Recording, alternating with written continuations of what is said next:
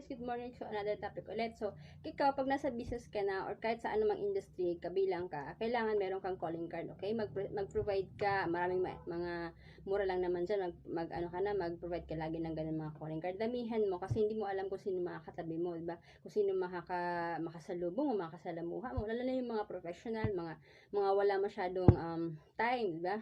Makipag-usap. So, iwanan mo sila lagi ng calling card. Kailangan sa calling card mo, presentable ka dun, ha? Ibigay mo lang yung pinaka-information mo na kailangan mo maibigay sa tao para hindi ganun kapuno. Mag-search ka ngayon, marami ng mga nag-edit kayo ng mga applications, so pwede ka mag-upload, okay?